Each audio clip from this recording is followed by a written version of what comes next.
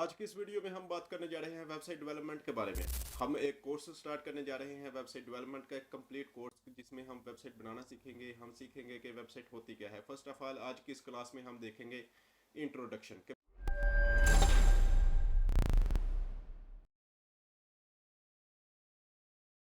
Website की domain क्या होती है, होस्टिंग क्या होती है, वेबसाइट को कैसे ऑपरेट किया जाता है, उसमें कैसे चेंजिंग की जाती है, वेबसाइट को कैसे पब्लिश किया जाता है, वेबसाइट के ऊपर जब क्लाइंट आता है वो फॉर्म फिल करता है तो हमें कैसे रिसीव होता है। हम ये सारी चीज़ें आज की इस वीडियो में हम देखेंगे। फर्स्ट ऑफ ऑल तो हम देख लेते हैं कि डोमेन क्या होती है। जैसे कि एक नाम होता है, जैसे आप एक कंपनी है, ठीक है, ये मोबाइल फ़ोन है, ये किस कंपनी का है, तो हम ये देखते हैं कि ये ओप्पो का है, वीवो का है, सैमसंग का है। इसी तरह वेबसाइट की एक डोमेन होती है। डोमेन मीन्स कि आपको जब को बंदा सर्च करे तो वो क्या लिख के सर्च करे तो उसको आपकी वेबसाइट शो हो। उसमें डिफरेंट डोमेन्स आ जाती हैं, डिफरेंट कैटेगरीज आ जाती हैं, जिसमें डॉट कॉम डोमेन होती है, डॉट प्रो डोमेन होती है, dot T O P domain होती है, dot X Y Z domain होती है। ऐसी बहुत सारी डोमेन्स होती हैं। अब डॉट कॉम वाली डोमेन सबसे महंगी होती है, उसके बाद डॉट यू के, डॉट पी के, ऐसे डिफरेंट कंट्रीज़ की डोमेन्स होती हैं अपनी अपनी। और बहुत सारी डोमेन्स होती हैं, डॉट आई एन वाली डोमेन्स होती हैं, मतलब इंडिया की जो हैं उसमें आप डॉट आई एन वाली डोमेन्स भी ले सकते हैं। आप ऐसी डोमेन्स जो हैं वो बहुत महंगी होती हैं, और कुछ होती हैं जो सस्ती हैं, जो कि डॉट नेट वाली, डॉट प्रो वाली, डॉट एक्स वाई जी वाली, ऐसी डोमेन्स ज़रा सस्ती होती हैं। अब हम बात कर लेते हैं हमें कौन सी वाली डोमेन लेनी चाहिए। हमें डॉट कॉम वाली डोमेन लेनी चाहिए। डॉट कॉम वाली डोमेन ही क्यों लेनी चाहिए? डॉट कॉम वाली डोमेन इसलिए लेनी चाहिए क्योंकि ये पॉपुलर होती है, हर एक बंदे को पता होता है कि मैं ये नाम लिख के www.arriver.com लिखूंगा तो ये वेबसाइट आ जाएगी। कम लोग होते हैं जिनको dot pro, dot T O P, dot X Y Z वाली डोमेन्स का पता होता है। अगर आपका वर्क इतना ज़्यादा नहीं है, आपको इतना बजट भी नहीं है, तो आपको डॉट प्रो या डॉट नेट वाली डोमेन लेनी चाहिए, ये भी ज़रा बेहतर होती है। अब उसके बाद हम बात कर लेते हैं होस्टिंग की। देखें होस्टिंग क्या होती है। जैसे एक यूट्यूब है, यूट्यूब के ऊपर क्या है कि आप एक वीडियो को पब्लिश करते हैं और वो ओवरऑल दी वर्ल्ड फैल जाती है। फिर जिसको भी आप वो लिंक देते हैं अपनी वीडियो का, वो जब क्लिक करता है तो उसको आपकी वीडियो मिल जाती है। इसी तरह डोमेन तो हो गई कि जब बंदा कोई आपकी डोमेन सर्च करे तो उसको आपकी वेबसाइट दिखे।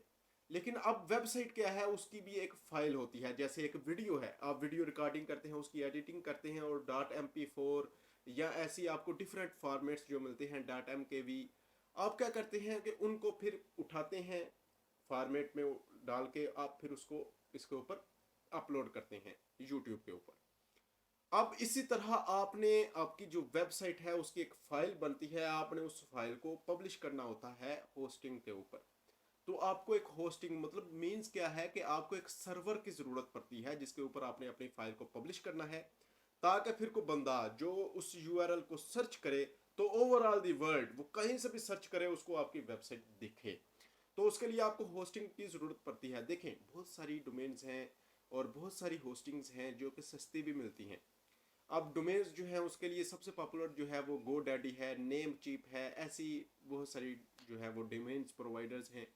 लेकिन होस्टिंग प्रोवाइडर क्या है, होस्टिंग बहुत महंगी भी मिलती है आपको, कि एक सिंपल वेबसाइट को अपलोड करने के लिए 18,000 पाकिस्तानी रुपीस में बता रहा हूँ, 18,000, 20,000 एक वेबसाइट का, जो कि है होस्टिंगर। होस्टिंगर के ऊपर अगर आप होस्टिंग प्लान लेते हैं ईयरली का तो वो इतना महंगा है। अब अगर आप एक सस्ते की तरफ जाना चाह रहे हैं, अगर आप ये देखना चाह रहे हैं कि यार मेरी इतनी बड़ी वेबसाइट भी नहीं है, इतना लोड भी नहीं है, तो मैं आपको प्रेफर करूंगा, सबसे सस्ती होस्टिंग है जैन होस्टिंग। आप सर्च कर लें गूगल के ऊपर जैन होस्टिंग, आपको वो होस्टिंग मिल जाएगी। उस पर क्या है कि 300 रुपया पर मंथ, 200 रुपया पर मंथ।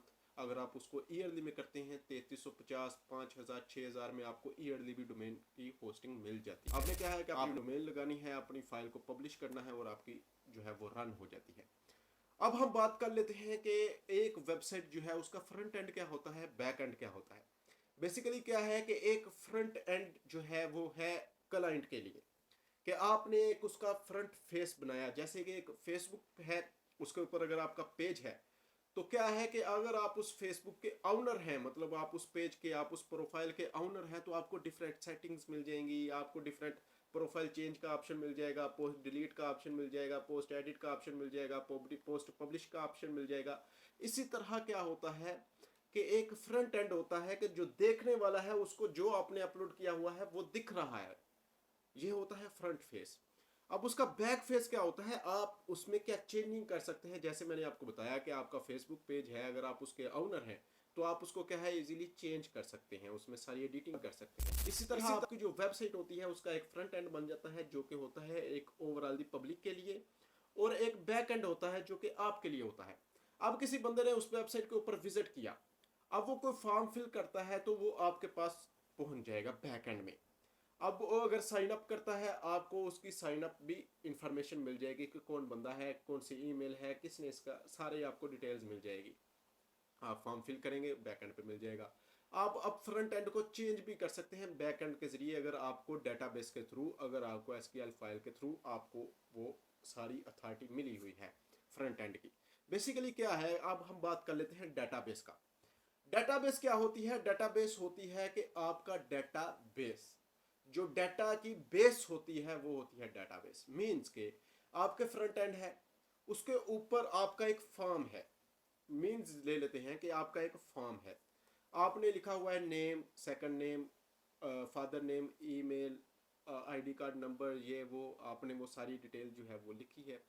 अब वो बंदा कोई फॉर्म फिल करता है, प्रोफाइल पिक्चर लगाता है, वो फॉर्म सबमिट करता है, आपको वो बैकएंड में मिल जाएगा। वो किसके थ्रू मिलेगा, डेटाबेस कनेक्शन के थ्रू। डाटा का बेस जो है वो बैकएंड है। अब वो अगर आपको कनेक्शन मिला हुआ है तो वो आपको फ्रंट एंड का फॉर्म आपको बैकएंड में सबमिट हो जाएगा।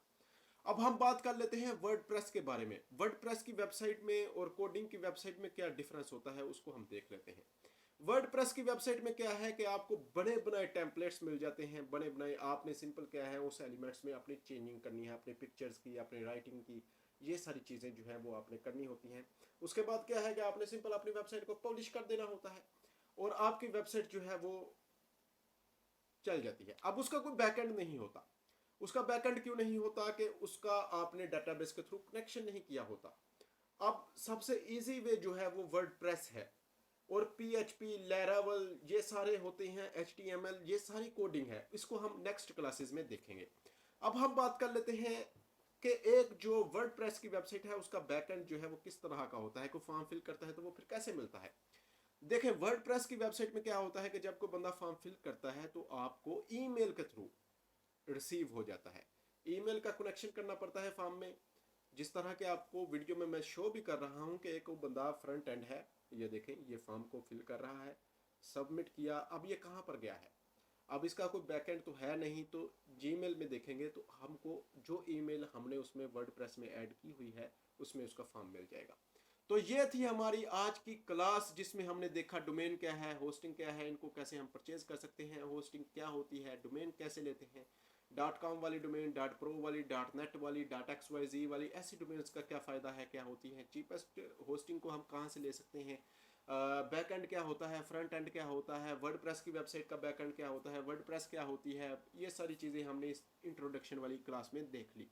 अब नेक्स्ट क्लासेस में हम देखेंगे कि वेबसाइट के ऊपर कैसे हम अर्निंग कर सकते हैं, जो है उसके ऊपर कैसे एड्स लगा सकते हैं, कैसे हम उसको प्रमोट कर सकते हैं, एसईओ क्या होती है, ये सारी चीज़ें हम नेक्स्ट वीडियो में देखेंगे। उसके बाद हम देखेंगे कि वेबसाइट की डेवलपमेंट कैसे कर सकते हैं, उसको कैसे बना सकते हैं, उसको कैसे पब्लिश कर सकते हैं, ये सारी चीज़ें भी हम नेक्स्ट वीडियोज़ में देखेंगे।